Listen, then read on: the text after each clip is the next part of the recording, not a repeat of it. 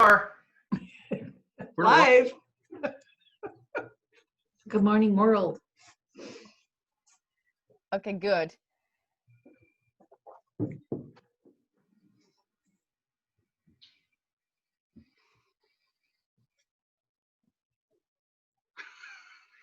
Okay, good. Welcome to our webinar.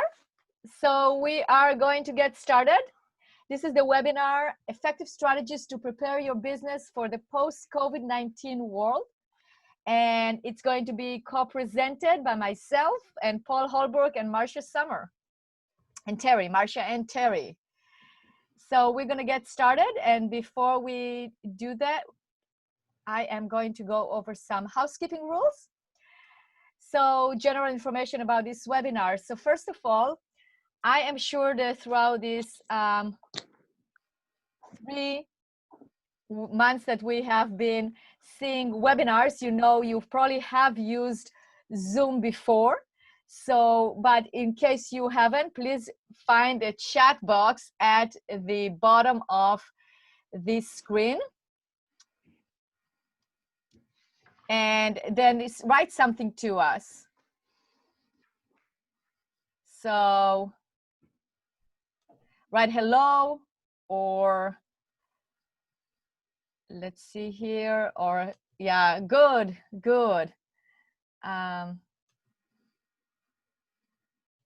Very good. Okay, so I see people are participating. Excellent. Okay, good. So then also, if you can locate the Q&A box. So the Q&A box is at the bottom of the screen, and that's where you can put your questions, and we will answer at the end of the webinar. I'm sorry. And then this is an interactive webinar, so we are going to ask you questions and or comments, and we would like for you to answer back. And then at the end, we're going to send you a survey so you can let us know how we did and what else would you like to hear about. And then we are going to also, each one of us is going to offer a free 30-minute consultation. And with that, let's get started. So we are the presenters today. So my name is Adi Klevit, and I am the CEO of Business Success Consulting Group. We specialize in helping business systematize and writing their processes and procedures. And then Marcia and Terry, go ahead and introduce yourselves. And you are muted. Sorry. Okay, I'm Terry Summer, and this is Marcia. We are co-owners of Summer & Summer Bookkeeping and Accounting. Excellent. And Paul, and then our other presenter is Paul Holbrook from Paul Holbrook Agencies. So Paul, go ahead and introduce yourself. Hey, good morning, everybody. I'm Paul Holbrook, and this is this webinar is really for business owners. And one of the things that my insurance agency has been doing for the past 14 years is helping businesses stay in business through good risk management. So we're going to be talking about that today. Glad to be here. Excellent. All right, so our objective for you today is to walk out of this webinar with specific action items that you can take in order to be more successful in your business and be able to prepare your business for the post-COVID-19 world that we are all walking into. So with that, our agenda today, Paul is going to start us off with introducing and talking about risk management and strategies that you can take right now in order to reduce the risk in your business.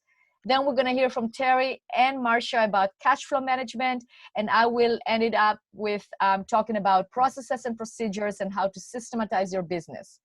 So with that, I'm going to stop sharing my screen, and Paul, go ahead and share your screen.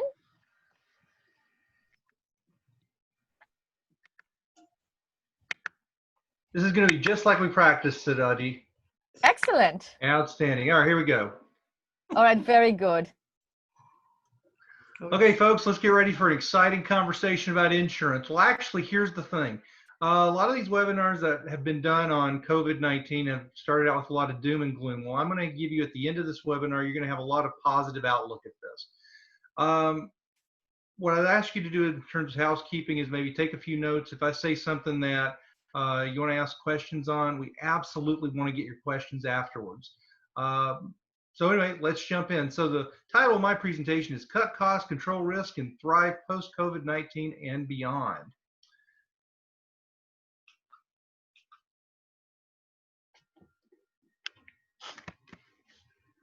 Oh.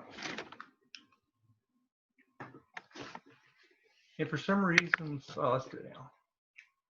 There we go. Okay, this just in. Goodyear's been sued for false advertising. Yep, I don't think I'm the only one in this webinar or even in the business world now who can't wait for 2020 to get over. But however, we do have 6 months left in this month.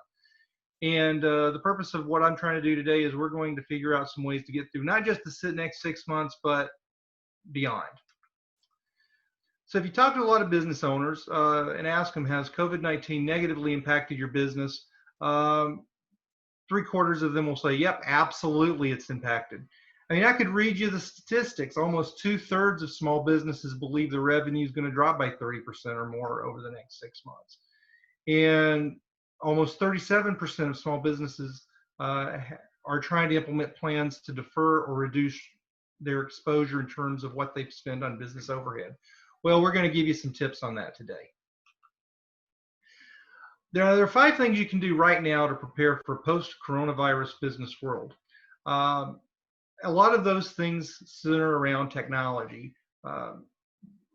using websites and digital tools, cybersecurity concerns, an increase in virtual meetings, increasing your expenses, or increasing control in your expenses, and having even more remote employees. Well, we're not going to focus on all those. We're just going to focus on the one as increasing control in your expenses. So today, here's what you're going to take away. You're going to take away some short-term strategies for reducing your business expenses. Yeah, like stuff you can use right now. Some long-term value-added expense reductions, which means how can you, for the long run, make your insurance strategies better but not cost you a whole lot. And the third is the meat of this thing, is the questions you should be asking your insurance representative. And if we have a little bit of time, we'll talk about discrimination in hiring practice safety net. I know that's a great title. I got to work on that title. Anyhow, so let's look at some short-term strategies. So this is your sprint. This is your 100-yard dash for the next 6 months.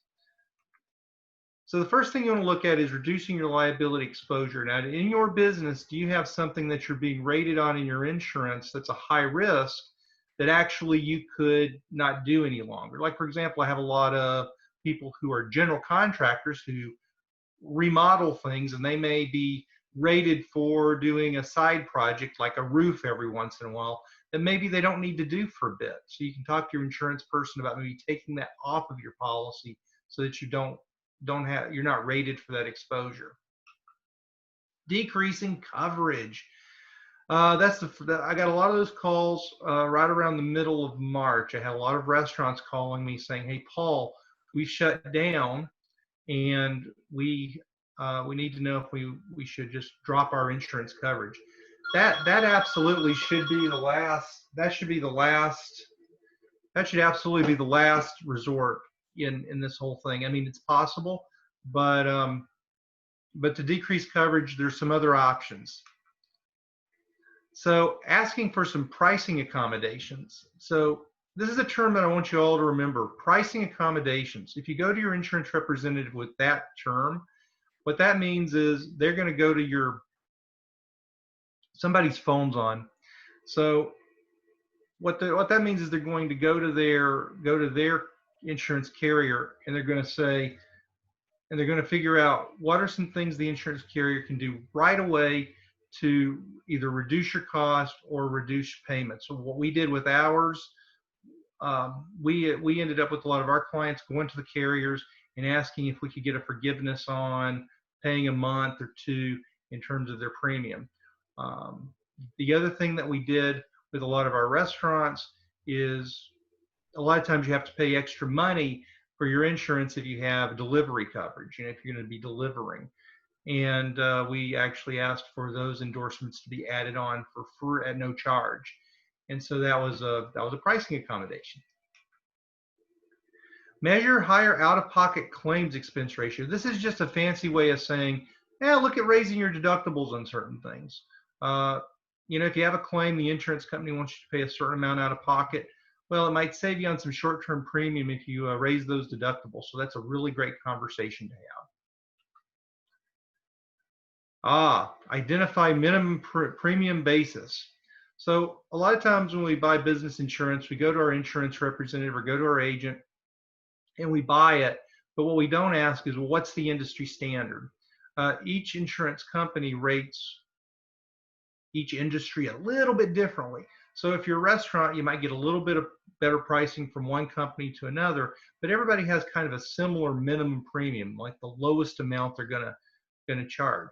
Well, again, that's a great conversation, and this is a great term to use with your insurance representative is minimum premium. What's my minimum premium on this, and are we there yet? Restructure your property coverage.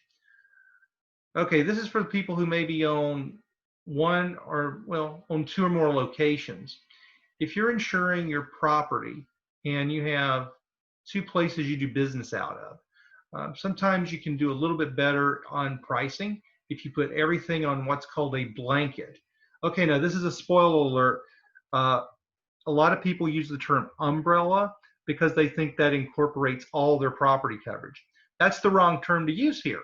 You want to use a term called a blanket. So go to your insurance rep and say to them, I want to see what it would be like to insure all my property at my 2 or 3 locations under a blanket as opposed to insuring at each location separately. You might actually save a little money doing that way. And then last thing is agency consultation.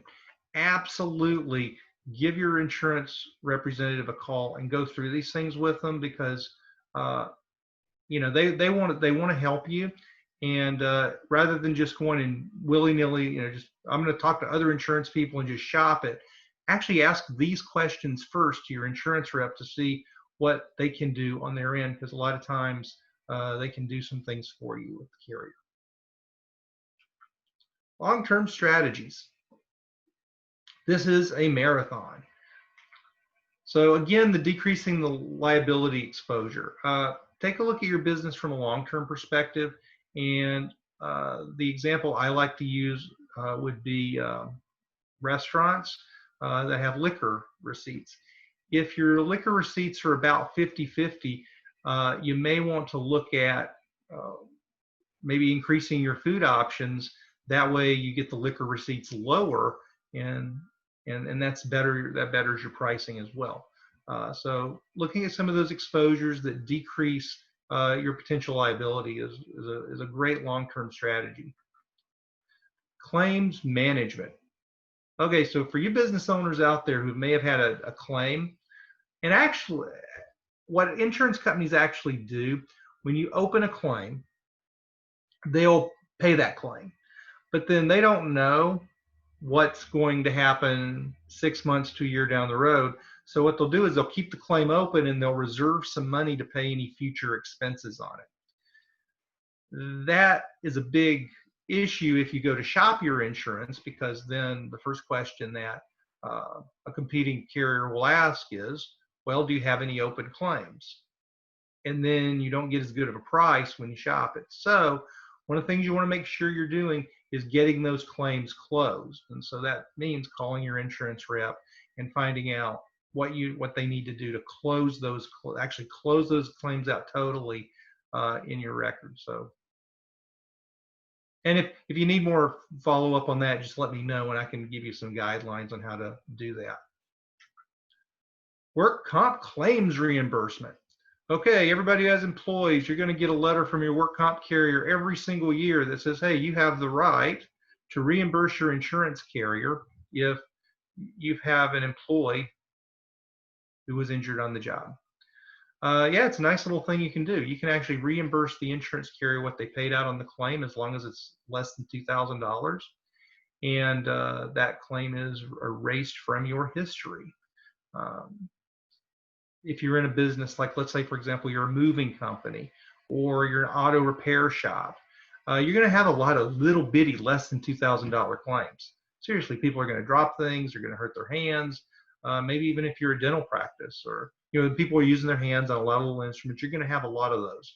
So it's a good idea to look at the claims reimbursement process because it could save you a lot more money on your insurance premium. Pricing tier review at renewal.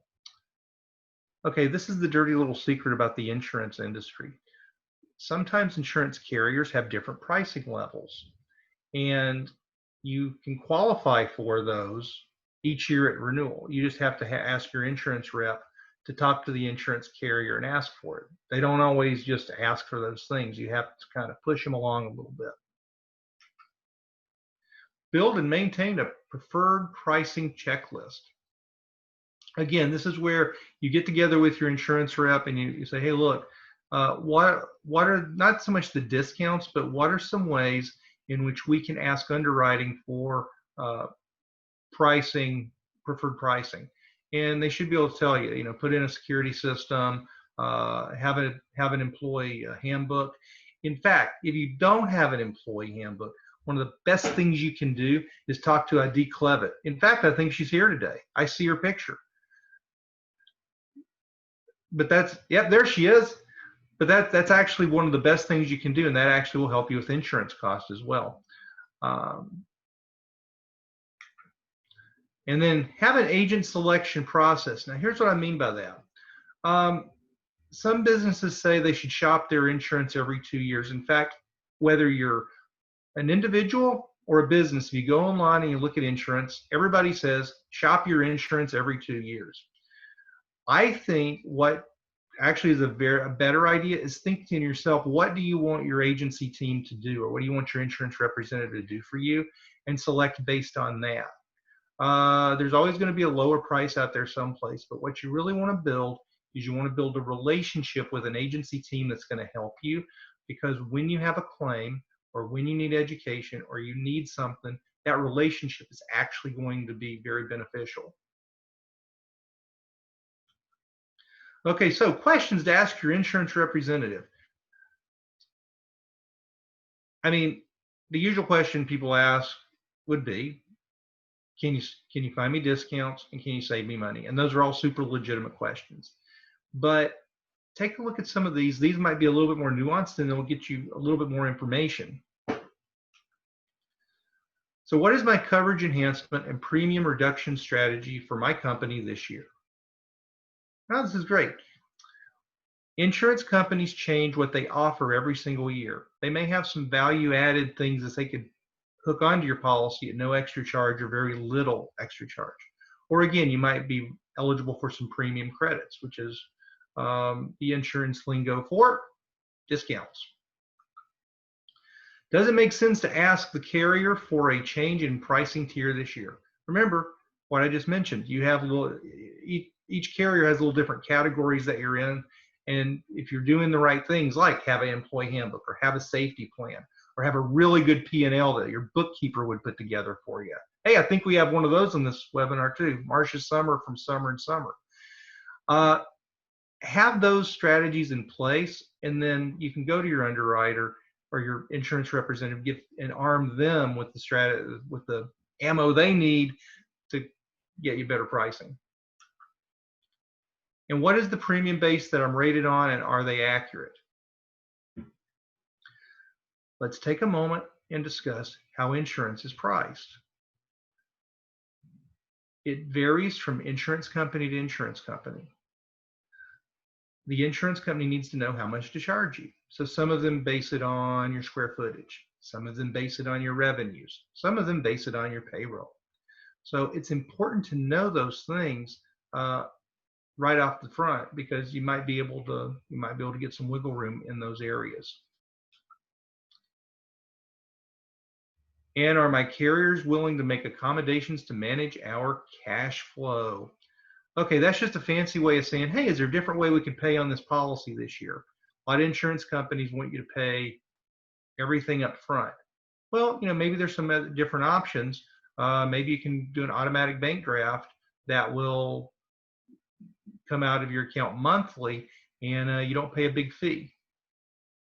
Or maybe you can finance it, where you maybe have a little bit more of a down payment, but you have better installment options. I mean, there are a lot of things you can do there. But those are the questions that you would ask your insurance representative. And what are other companies doing to manage their insurance costs while maintaining their coverage? Okay, this is a really good question to ask, because what you're actually asking for is, hey, where do I sit with regards to my industry? You know, what does my coverage look like, and what should I be looking for? And that's actually the easy way to ask that question. Okay, do we have time? Do we have time for the bonus topic?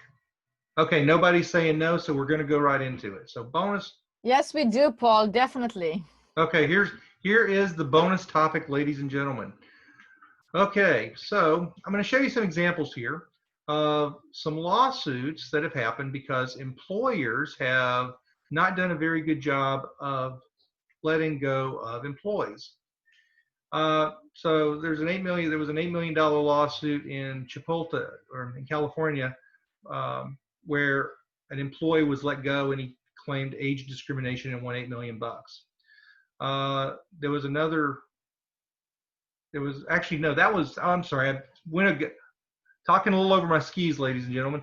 No, actually, the Chipotle example was it was a general manager who had been harassed over the course of a few years, and actually claimed hostile work environment.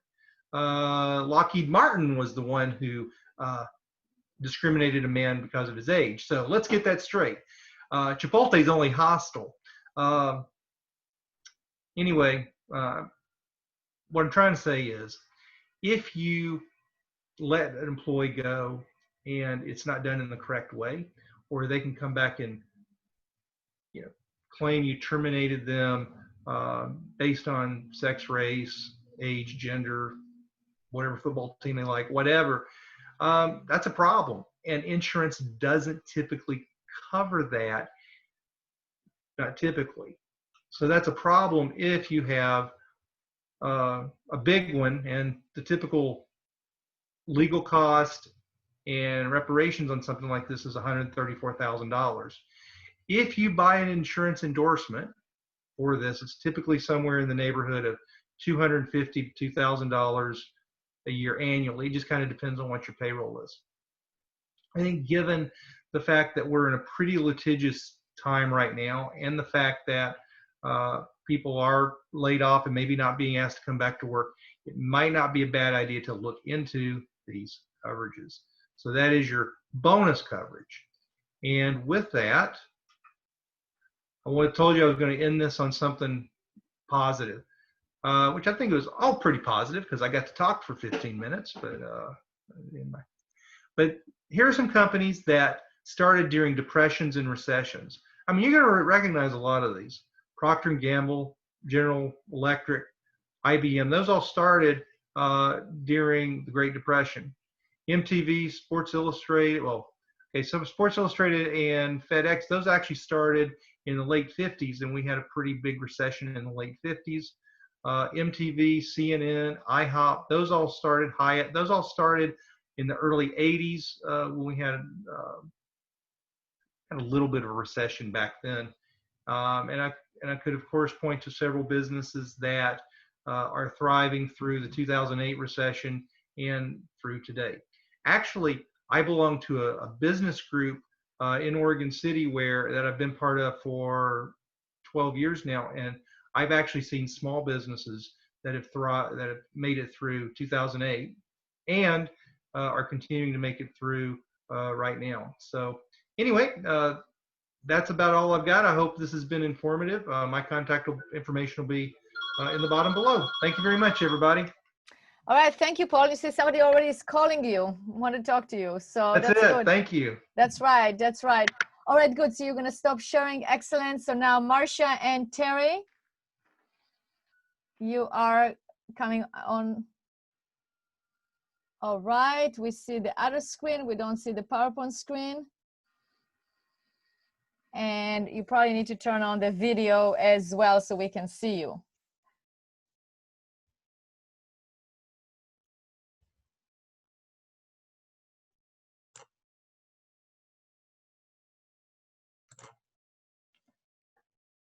Okay, stickers. Yeah, we can hear you. That's good. So we have the volume. So you might want to stop sharing and then start sharing again so you can share the other screen. Okay, good.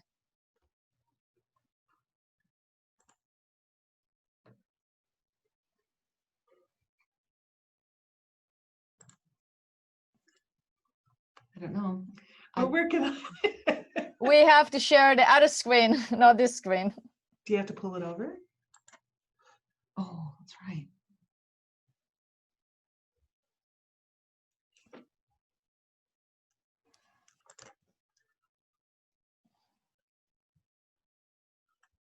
All right, while I'm we are doing sorry. this, let me ask you a question, just Paul. slide it over? Paul, can I ask you a question?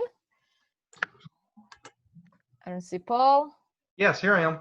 Okay, so from all the industries, which industry do you think got affected the most during the COVID-19? Okay, so it was a big, it wasn't a big surprise that restaurants were affected the most. Some of the, Oh, it this was one. interesting too, because food trucks for a long time, were This kind of is- seen in the insurance Whatever you wanna industry do. as kind of high risk. But one of the things I noticed, COVID thing, is that they did very well. The other thing were That's medical. not the first slide. Okay, So we Terry, can- we can hear Now, you. So now we're back with Marcia. I think yeah, we got everything definitely. working. So Look on the top we'll flesh one. that out a little later. Thank you. Yes. There- All right. So let's click on start presentation. Awesome. All right, over to you. All right, are we ready? Is it working? What do you Working see? great. We Okay. see you, so go for it. Okay. All right, so we are going to talk about financial keys for surviving and thriving. I'm Terry Summer, and this is Marcia. We are sister-in-laws, married to brothers, and our business is Summer and Summer Bookkeeping and Accounting. And so to start us off, let's go to managing cash flow in times of crisis. All right, kind of a key issue in the survival of your business is your cash flow. As Paul had mentioned before, we're going to go into it a little bit deeper. This unique situation has given opportunity to actually build cash flows, believe it or not. So starting out with your fixed costs, these are costs that don't change from month to month, year to year, usually maybe slightly increases, but these are called fixed costs. Oh, I'm off of the, okay, getting cued to move over. All right, so some of these fixed costs that were shelved during this crisis is your employees. So your cash requirements for your employees was temporarily suspended due to having to lay them off under the state mandated quarantine. Some of these layoffs were direct results of having to close your business, like for instance, restaurants or hair salons or what have you. When you actually have to close a business, the clients or the employees had to be laid off. Some of them, even though you could work remotely with your business, some of your employees were unable to work remotely due to school closures, where the children are now at home and it makes an impossible situation in order to work. Some of your employees were unable to work remote simply because it was just not an option. It was an unattainable option for whatever reason. But the net issue here is that there was a decrease in cash requirement to meet payroll. So this is an opportunity to protect that cash that's already in your business. It would not be required for wages. Another example of fixed costs that was stopped or could have been stopped was rents or mortgage payments and loans. These are also fixed costs that you could have taken as a business advantage of the government authorized suspension of these particular payments. This would involve, of course, connecting with those that you were responsible to pay the rent or the mortgage or loans to and arranging circumstances. But in a nutshell, these are fixed costs that you could take advantage of and not have to pay out the cash and protect your cash at this time. So let's move over to variable costs. Variable costs in your business are costs that fluctuate from month to month or can be controlled as far as the expenses go. Some examples of this would be utilities, supplies, office supplies, meals and entertainment, travel. These particular variables in your office expense would have been, for this particular event, basically shut down. If you're not in your office anymore, your utilities would drop. You wouldn't need office supplies anymore. And of course, the meals and entertainment and travel would involve going outside of your home, which we were all not allowed to do. So those also are going to cease to exist as a drain on cash. This gives you the opportunity, again, to protect the cash that the company has with it when this event happened. Let's also talk about potential cash requirement suspensions on the accounts payable. So accounts payable, due to not being able to generate revenue, a good idea would be to contact vendors and arrange for installments, as Paul hit on as well, rather than lump sum payments. Most vendors would be willing to work with you and let these accounts be paid over time or in smaller increments rather than to let the accounts go bad. And on the flip side of the payables is the receivables. And how does this event affect the receivables? Well, one of the expected trickle downs, which means that it's not realized immediately but will be in the short term or long term future, is that the receivables will slow down. This is when you have customers that you have on your books that owe you money, and they are not able to pay on those accounts because of the lack of revenues that have been generated during this quarantine. So what do you do to deal with these in order to protect your cash? Because obviously this source of cash will not be coming in as it has in the past. So some of the ideas that you could work with would be possible solutions would be to require deposits prior to beginning work. You could do prepayments, or you could even require a retainer before you begin work. This, of course, is not going to help with your existing receivables, but it gives you some revenue that you can start generating while you work on the existing receivables. So the whole idea here is to protect your cash, and these are some key ways that you can do so now. Of course, if you were able to continue working remotely, you were still generating revenues, but there were some businesses that weren't able to do that. But in both instances, the whole idea here is to protect your cash and let it grow over this time so that you would be able to maybe service your debts as that comes down in the future. The ultimate goal is to have 3 to 6 months of operating cash in reserve to protect yourself against times like this, or who knows what may arise in your business. So that's the goal. And from this point, I'm going to turn it over to Marcia, and she's going to talk about what was available for funding from the government for times like this. Marcia? Today we wanted to talk about the SBA stimulus loans. They're kind of a hot topic at the moment. We realize that all of you may not have taken advantage of these, but we want to people to have success managing if they did receive these funds, or if you learned something useful today, you could pass it on to other business owners you know that are dealing with managing with the stimulus loans that they received. The EIDL loan, or Economic Injury Disaster Loan, had 2 parts. You could apply for an up to $10,000 grant, which would be not required to be repaid. But the main part of the loan was it's kind of a long term. It's a 30-year term and fairly low interest rate, 3.75%, or if you were a nonprofit, 2.75%. These funds can be very helpful to get a lot of the companies through the difficult time, but we really want people to be aware of some of the conditions that are not exactly obvious in order to have a successful use of these funds for your company. For the ILO loan, you were required to put up collateral, which would be something like your tangible assets, like equipment.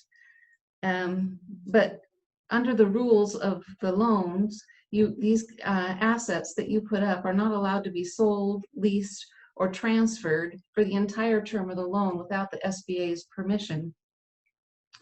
And you need to make sure that if you ever applied for any other loan, that you don't put up those same assets for a collateral on that loan. If you happen to use your company cars as collateral, those same rules would apply. But if you happen to use those cars for personal use, that can create issues for you in the point that you might violate the terms of the loan and go into default. You also are required to have the SBA's approval for any reorganization of your business. And that would include things like a change in ownership, if you removed or added a partner, if you did a merger, consolidation, anything like that. You now have to, because you've accepted those loan funds, you have to abide by the SBA's rules.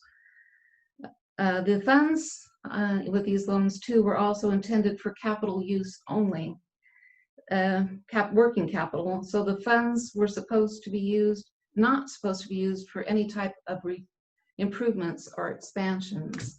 I even read an article where someone was violating the rules by trying to do some improvements to facilitate social distancing, like putting up the shields and changing the arrangement of the facility, and that was a violation on the loan.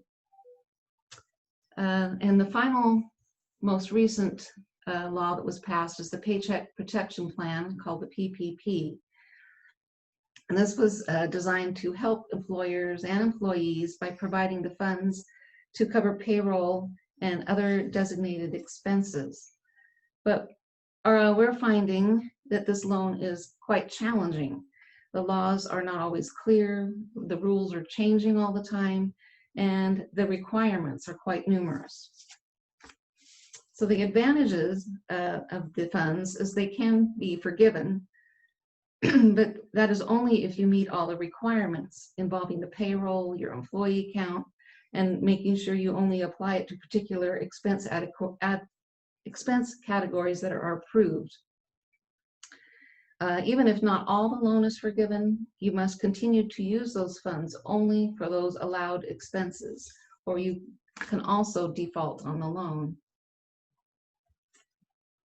Another advantage, if you do happen to not get all of the loan forgiven, it does have an extremely low interest rate of only 1%. So even last week, the Congress passed a Flexibility Act that adds to, changing all the rules on this particular loan.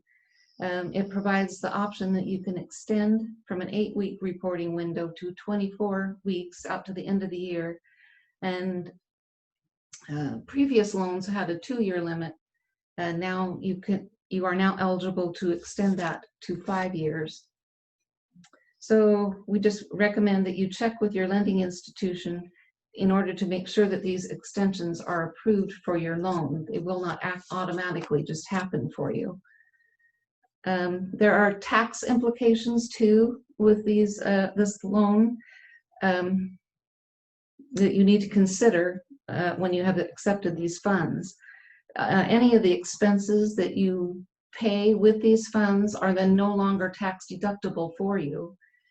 But on the flip side, if the amount of funds that you received and then are forgiven will not be considered taxable revenue for you. According to the latest statistics, there is still about 130 billion still available of these funds. The application deadline is currently the end of this month, June 30th, but there's a possibility that they may extend that deadline, and you still might be eligible to contact your lending institution if you are interested in receiving some of these funds to help your company out. In conclusion, the loan funds could provide you with much needed cash to get you through this economic challenge of COVID-19.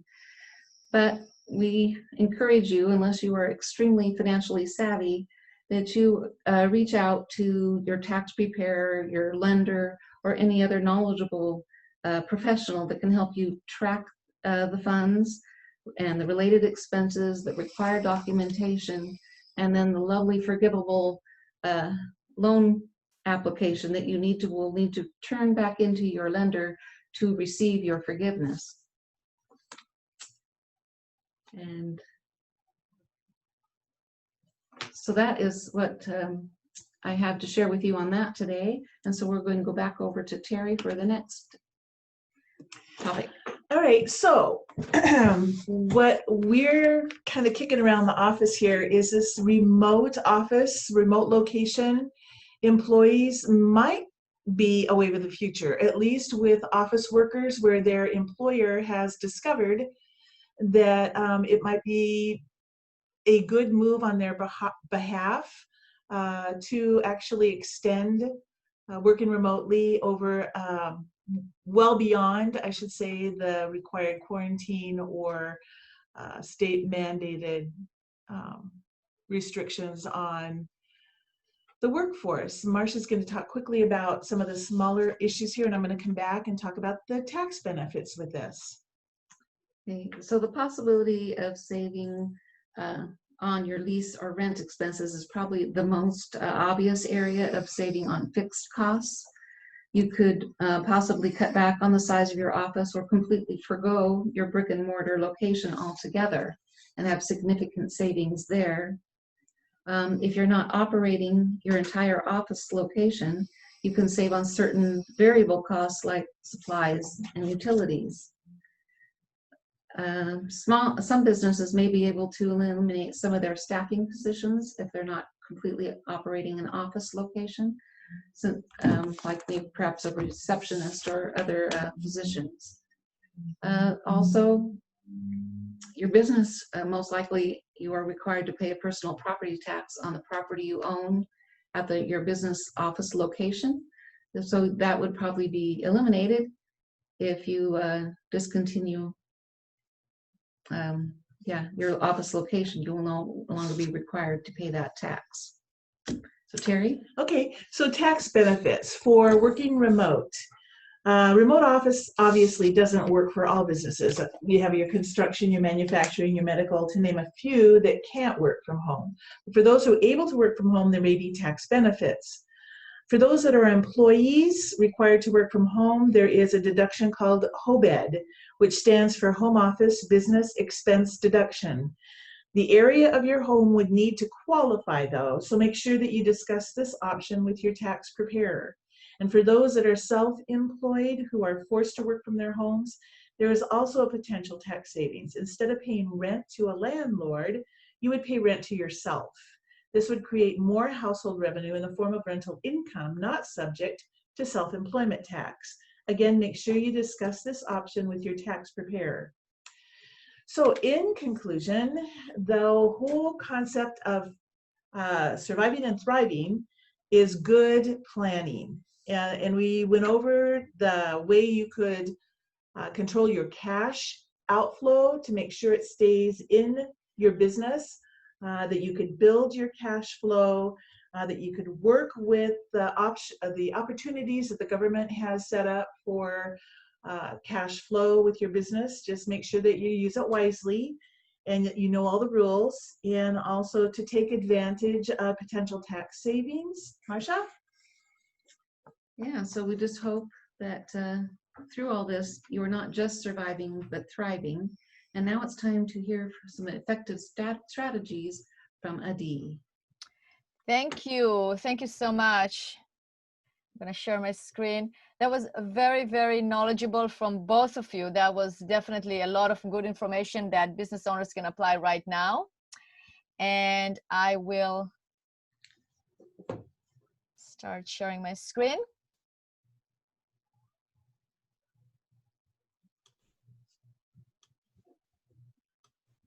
Here we go. So, okay, good. So now let's talk about some processes and procedures. What do you think? Good. So here we go. So why processes and procedures? So first of all, it will increase efficiency in your business. If you have your business systematized, if you have everything in your business documented, you will be able to have more efficiency, and of course it will lead to profitability. And as Paul was mentioning, in terms of risk mitigation, it will give you transparency, stability, and continuity. And it will also allow you to onboard and train new employees. So where do I start? Where do you start documenting processes and procedures? The first area to start is to ask yourself, what area in my business, if I had well-documented processes and procedures, will get me the biggest return on investment? And return on investment can be in terms of money, in terms of making you more profitable, but it can very well maybe in terms of your risk mitigation, like where is the big area of risk that you want to decrease that risk, and that can be an area that you can start.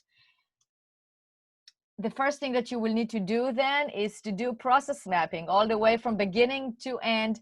Where does the process start? Where does it end? And map everything in between. And then you start getting it done. So that will be running that project as any project that it's project management, basically.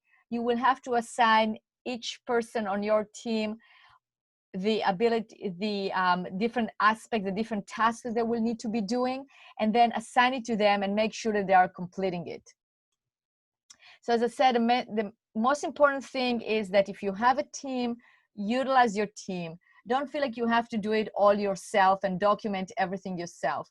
Figure out from your team, who are the people that you would like to clone, or you would like them, or they are doing things as you would like others to do, and task them with writing those processes and procedures. And the difference between success and failure in terms of a process documentation project is whether or not those processes and procedures are going to be utilized. That's really the make-break point, and the most important thing is to make them accessible. You have to make sure that in order to delegate to your staff, you have to make sure that those processes and procedures are accessible, are usable, and everyone can follow. All right, so with that, I will open it now to any questions that you might have. We're here to answer them. All right, good. So if we don't have any questions, then it was great having you all on this webinar. And if you'd like to get a hold of us, this is our email addresses right here. So you can take a picture of it, take a snapshot of the screen, or we can also reach out to you after that and give you the information. So thank you very much for joining our webinar. It was a pleasure having all of you, and we'll see you next time.